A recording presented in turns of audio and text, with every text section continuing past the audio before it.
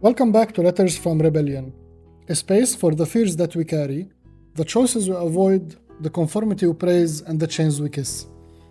Reflections on courage, habits, motivation, and the inner rebellion that reshapes who we become. Attention is your God. Stop worshipping distraction. You might ask yourself why it feels so hard to stay steady even after doing the work or after getting your mind clear and after reclaiming your drive. And sometimes I think about the same question also, but I started to know where it is pointing exactly because I've been circling the same realization myself for a long time. And I came to a conclusion that it isn't courage that is slipping away, neither hunger that is fading, but actually it's attention that is drifting. And attention isn't what follows our life. Attention is what writes it. Where your attention stays for a long time, it starts to shape your days without you even notice it.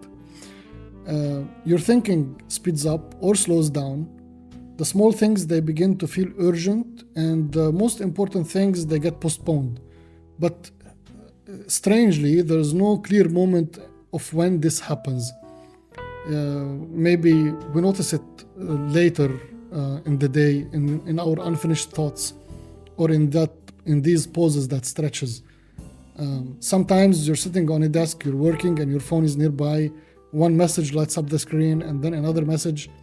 So you answer one message, then you return back to your work, you read the same paragraph again and again, and then you check something else without you deciding to, and 10-15 minutes pass.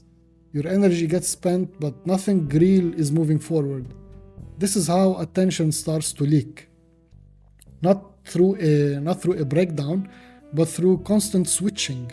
Through every glance that pulls you away, every return will cost you more. And by the time that you stop, your work will feel heavier, your drive will feel weaker, and the hour already has taken its shape. So I think attention pulled in too many directions, it stops acting as a center. It becomes a surface. And a life lived on a surface or on the surface will respond to whatever passes closest to it or loudest or fastest. And this is where people usually frame the problem as a distraction or as a temptation or as a weakness. But I don't see it this way anymore.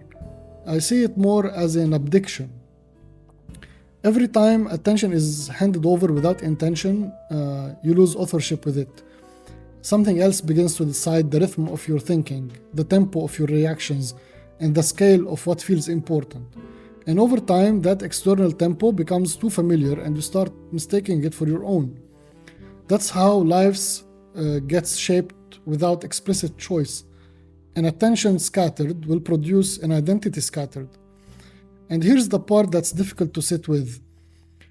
No one needs to take your attention aggressively. The environment is built to receive it eagerly. Every system, every application, every TV show that you move through benefits from your attention that jumps so quickly or reacts too instantly and settles nowhere for a long time. And that doesn't require a conspiracy, by the way. It just requires a design. And the scattered attention will create a scattered life, as I said. And regardless of your intelligence, regardless of your discipline, regardless of your value, even the strongest people, they get dissolved under the constant interruption. Even real hunger will start to become thin when attention keeps on changing. So this is why focus doesn't feel natural anymore. It isn't because something is wrong with you, but it's because sustained attention now runs against the grain of the world that you're moving through. So remaining present or remaining engaged and deliberate inside that environment will require friction, and friction will reveal the authority. So attention, held deliberately, will begin to feel like a rule, not a domination, but a rule, a quiet governing of inner space. Wherever you allow your attention to rest consistently will start shaping what you value and what you pursue and what you tolerate. And when I thought about this, I didn't think about it as an abstract philosophy. It was just hard to look at how we live our life now. People think that worship is something distant, a ritual. But the truth is, worship today is something that happens through our eyes, through our focus. And attention is the fuel that makes things real. If you give it to distraction, you will build a distracted self. If you give it to fear, you will live in fear. If you give it to endless scrolling, your mind becomes a mirror of the noise. And that's devotion, whether you admit it or not. We live our life as if attention is free, but it is the most expensive thing that you own. It shapes your days, it shapes your choices, your character. You can lose money and bring it back. You can lose your status and rebuild it again. But the hours that you feed to emptiness, these hours are gone forever and they're not gonna come back. So the real question isn't whether you worship or no. The real question is, what are you worshiping without you knowing? Because eventually you become what you serve. And that's why guarding your attention isn't just productivity, it is your identity. It decides whether you live a reflection of noise or as something real, something that is chosen. And the funny thing is that we talk about time that as it is being stolen from us by work or by people or by the world, but actually no one is taking it. We are trading it in small, unthinking gestures. Every scroll, every notification, every glance towards noise instead of meaning, each one of them is a quiet agreement. Here, take a piece of me. It's that simple. And distraction isn't random, it is engineered. The world does not want your time. It wants your attention, because attention, it's what shapes time. Attention is obedience in disguise. And where it goes, your thoughts will follow. Your thoughts will shape your choices, and your choices will shape the life that you end up living. And if you ever feel fragmented, exhausted, or lost, it is rarely because you're doing too much. It's because your energy is bleeding into things that don't build you. And the cure is never discipline. Trust me. It's a deliberate seeing, choosing what you deserve, choosing what deserves your attention and what deserves to exist inside you.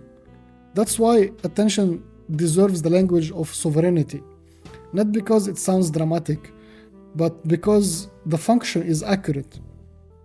Whatever occupies your inner field long enough will gain influence. It will gain weight and it will gain permission.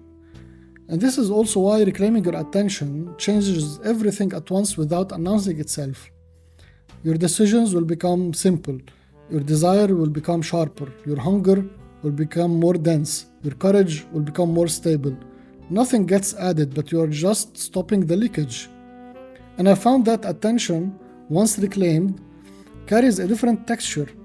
It resists novelty for novelty's sake, and it asks you not what's next, but what should stay. And that shift feels uncomfortable. The constant stimulation recedes, and what remains asks for engagement without entertainment. And I think that moment usually gets mislabeled as boredom, but in fact, it is the absence of interruption, the absence of distraction. And here's the work that you've already committed to: start asking for fuller presence rather than more effort. So you stop scanning for the next signal and you start inhabiting the current one. This is why attention is never neutral. It always moves power, either outward towards what is loud or inward towards what is coherent. There is no middle ground where attention floats harmlessly. So once you see that, your discipline starts to look different. It stops being about restraint and it starts being about placement. Where attention lives becomes more important than how much effort that you apply. So you can push yourself relentlessly while giving your attention away and still end your day fragmented or lost. You can apply moderate effort with sustained attention and produce something that holds weight. The difference lives entirely in authorship. This is where the conversation stops being about productivity or balance, because those are surface outcomes. the deeper question sits underneath them. Who is deciding what occupies your inner throne? Because attention always enthrones something, whether a feed or a fear or a goal or a comparison or a memory or a task. Whatever holds your attention begins issuing the orders, quietly, consistently, without even a debate. So reclaiming your attention doesn't require force. It requires choosing fewer things and staying with them longer. It requires tolerating the discomfort of missing out in order to preserve your coherence. It requires letting urgency pass without you obeying it. And when attention stabilizes, your hunger stops scattering. When your hunger concentrates, your drive stops needing management. When your drive holds steady, courage no longer leaks away. This is the chain. Simple. So attention doesn't sit at the end of the process. Eventually, it sits at the beginning of it. At the beginning of all of it. And once you see attention this way, life starts asking a different kind of responsibility from you. Less about what you intend and more about what you allow.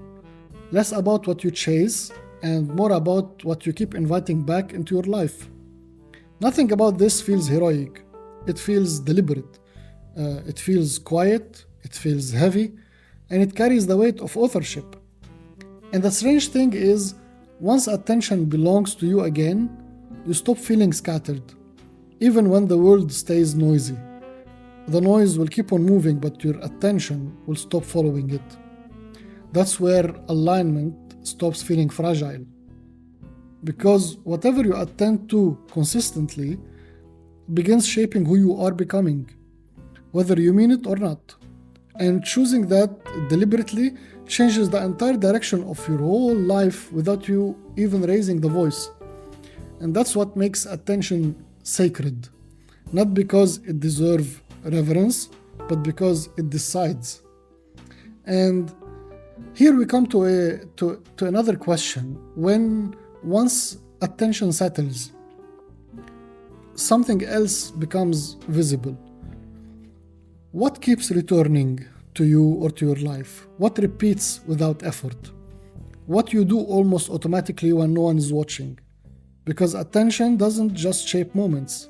Attention shapes patterns, and patterns, repeated long enough, will become structures. And by the time that you notice the shape of your days, much of it is already wired in, not by intention, but by repetition. This is where we'll go next.